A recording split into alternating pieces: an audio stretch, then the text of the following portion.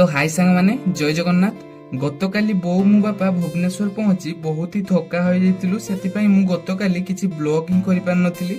एवं आमे आज अछु भुवनेश्वर गोटे लॉज रे ओ एहा हेउची आमे रहितिबा रूम भितरर किछि दृश्य। रूम तो सांग माने ठीक ठाक अछि, किंतु रूम गुडी को बहुत ही अधिक दाम अछि। वो आमे जेहेतु गतकाली संध्यारे आसी पहुंचीतिलु आउ कोनोसी लॉज को जाई मध्य पचारि पारि नथिलु रूम रो प्राइस अन्य लॉज गुडी करे किपरि अछि, कारण आमे पहुंचला बेलकु हमकु बहुत ही टायर्ड लागि जाइतिला। सेतिपई एई लॉज रे ही रहि जाइतिलु। एवं बोउंकर चेकअप पई जो मेडिकल को आसीचु ताहा मध्य एई लॉज रो अल्प दूर रे ही अछि। चलंतु आपण मानकु देखौछि। एइटा हेउछि सेही मेडिकल जहा कि बोउ चेकअप होबा पई आसीचंती।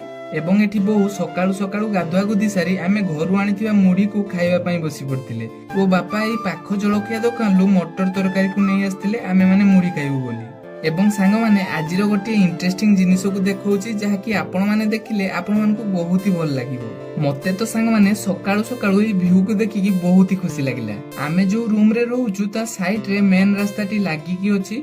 वो आजिर सकाळर सबुठारु सुंदर व्यू को आपण मानकु टिके जूम करके देखौछि। मु तो छुआ बेले बही गुडी करे पढिछि ओ आपण माने भी पढिथिबे जहा कि हाथी मानकर प्रमुख बासस्थान ओडिसार चंदका अभयारण्य। एहा मुख्यतः भुवनेश्वर सहरर पश्चिम पार्श्वरे खर्दा जिल्ला रे अवस्थित। एवं एई पटु ही एई अभयारण्यटी लागि कि रहिछि। ओ एठी देखि पारुथिबे मध्य ता साइड रे केते सुंदर गोटे बस्ती लागि कि अछि एवं लोक माने भी एठी बसवास करूछंती। एवं एठी जंगलरु जे कोनसी वन्य प्राणी बस्ती आडकु किंबा रास्ता आडकु न आसी पारंतु बोली सरकारक तरफरु केते बड़ पाचेरी करा जाय अछि। तो ठीक अछि सांग माने आमे आज बोंकु मेडिकल रु चेकअप करि नै घरकु ही फेरि जिवु एवं पुनी थरे आपण माने हम गाउँली लाइव ब्लॉग को देखिबाकू पाइबे एवं ढेर सारा आगो बळी हम ब्लॉग को भलो पाइबा देबे मोर पूरा पूरी विश्वास। तो रहउची टाटा।